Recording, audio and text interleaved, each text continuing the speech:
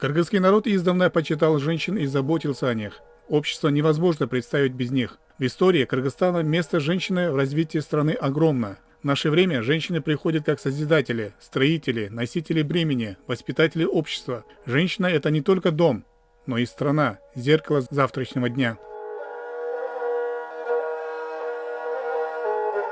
Если обратиться к нашей истории, то в ней отдельной строкой проходит роль великих кыргызских женщин. Алымбек Датка не был бы Алымбеком, если бы с ним рядом не было бы Курманджан Датке, его спутницы, жены и, наконец, советника. В нашей истории женщины играли не менее важную роль. Свой яркий след оставила талантливая и красивая Татубе Турсунбаева, мегазвезда балета Бибисара Бишеналиева, ответственная и решительная Кулипа Кундучалова и мужественная Уркуя Салиева. Уркуя Салиева! В современном мире исполнителями социально-экономических программ, направленных на развитие Кыргызстана, являются преимущественно женщины. Кыргызские женщины отличаются прогрессивным мышлением, свободолюбием и образованностью. В Кыргызстане много образованных женщин. Они становятся обладателями любой профессии, и их мировоззрение расширяется. И столь прогрессивную роль женщины в обществе старается поддерживать государство. На этой неделе президент утвердил государственную программу поддержки женского лидерства до 2030 года, направленную на создание условий для активного участия женщин в политической, экономической и социальной жизни страны.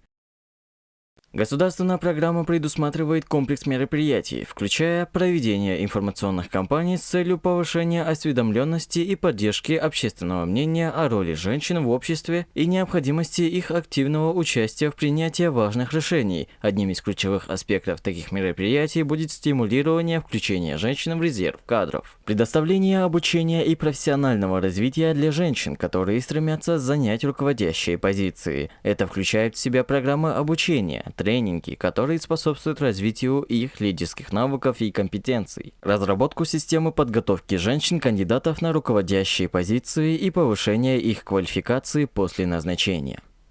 Программа направлена на создание условий для активного участия женщин в политической, экономической и общественной жизни страны, а также на содействие формированию их роли в принятии ключевых решений. Эта инициатива главы государства своевременная и актуальная, считает предпринимательница Жанна Аденова. По ее словам, для поддержки женщин в Кыргызстане предприняты кардинальные меры. Безусловно, данный указ – это очень такой шаг, большой, я считаю, масштабный шаг для развития государства. Почему? Потому что участие женщины, оно просто огромное, громадное, да, в развитии кыргызстанского общества. Ну, не только кыргызстанского, да. Поэтому очень сильно поддерживаю. Программа просто мощная, отличная.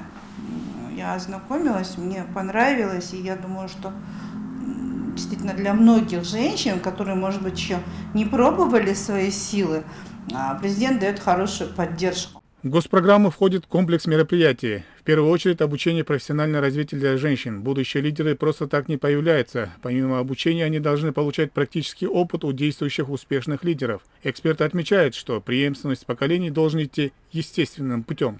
Женщины-лидеры есть, они всегда и везде были, но надо еще, я бы сказала, даже, знаете, надо омолодить.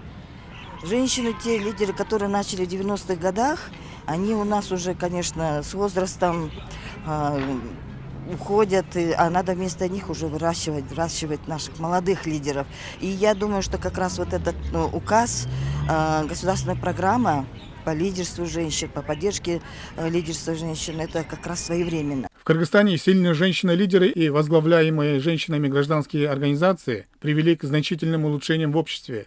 И чтобы помочь этим активным личностям в реализации их задач, идет совершенствование законодательных механизмов, направленных на вовлечение женщин в процессы управления и принятия решений. Накануне праздника, 8 марта, глава Кабмина Акылбек Джапаров отметил, что необходимо решать вопросы гендерного равенства и о роли женщин в стране.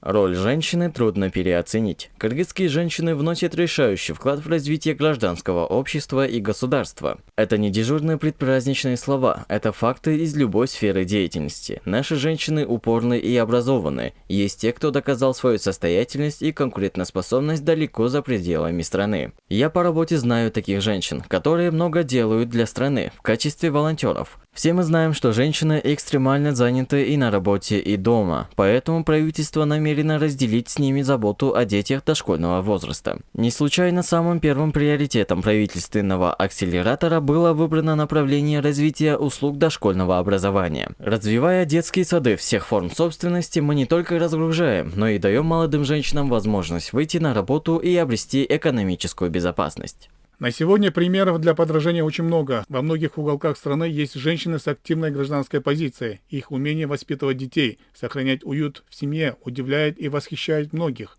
В нашем обществе женщины занимаются сложными и порой вовсе не женскими делами. К примеру, Гулира Каликеева работает в исправительном учреждении номер 2. Несмотря на праздник, она выполняет свои обязанности в обычном режиме. Это женская колония, и у каждой заключенной здесь своя судьба. Работа в колонии требует не только внимательности, но и выносливости и стрессоустойчивости. Албетте, бул жерде тагдырлары оор аял заты отурат негизиненчи анан. Осужденные, попадая в колонию, первым делом ломаются психологически. Они нуждаются в помощи. У нас здесь работают психологи. Соответственно, работать с эмоционально-психологически поврежденными людьми тяжело. Любое неправильное слово или отношение может привести к негативным последствиям. Прекрасная жена, любящая мать. Эти слова всегда были обращены благородным представительницам прекрасного пола. В наше время женщины показали, что могут выполнять многие задачи наравне с мужчинами, особенно в армии. Во время вооруженного конфликта на границе в Баткене женщины-военнослужащие сохраняли целостность государства, держа в руках оружие и веря своей присяге. Одна из них – Рада Сейдахматова. Она с легкостью разбирает и собирает боевой автомат. Она мать 3 детей, служит в погранчасти вместе с мужем. Когда были бои на границе, мы были рядом с нашими бойцами, помогали им, вытаскивали раненых с поля боя. Профессия наша опасна и трудна, но я горжусь своим делом.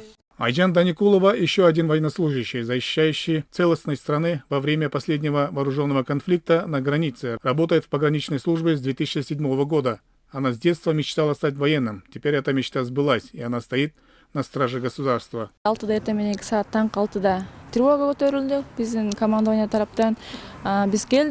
Я сейчас ничего не боюсь в жизни. Конечно, тогда было страшно видеть бои, но я дала себе слово, что буду стоять до конца.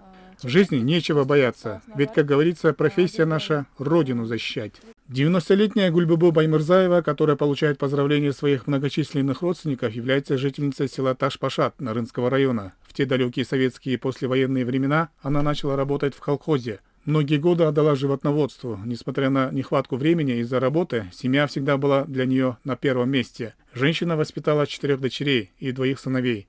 К сожалению, Гульбуба апа до сегодняшнего дня не получила звание матери-героини или материнской славы. По ее словам, во всем виноваты бюрократические моменты местных властей. Если я пойду в сельсовет, там говорят идти в милицию. А когда я пошла туда, девушки, работающие там, отказались меня пускать, потому что был перерыв.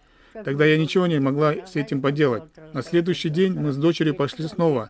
Также никто нас не принял. Потом мы с сыном оставили официальное письмо. По-моему, они даже его не смотрели. Ответа ждем до сих пор. Обидно, конечно. В современном Кыргызстане женщины играют все более значимую роль в политической сфере. Они занимают высокие должности в правительстве, парламенте и других политических институтах. В последние годы предпринимаются значительные шаги для повышения представительства женщин в политике и для обеспечения их равных возможностей. Кыргызстан взял на себя публичные обязательства по продвижению гендерного равенства на всех уровнях, как в соответствии с международным, так и с внутригосударственным законодательством. Эрмек Уренкеев, Асхар Маратов. Итоги недели.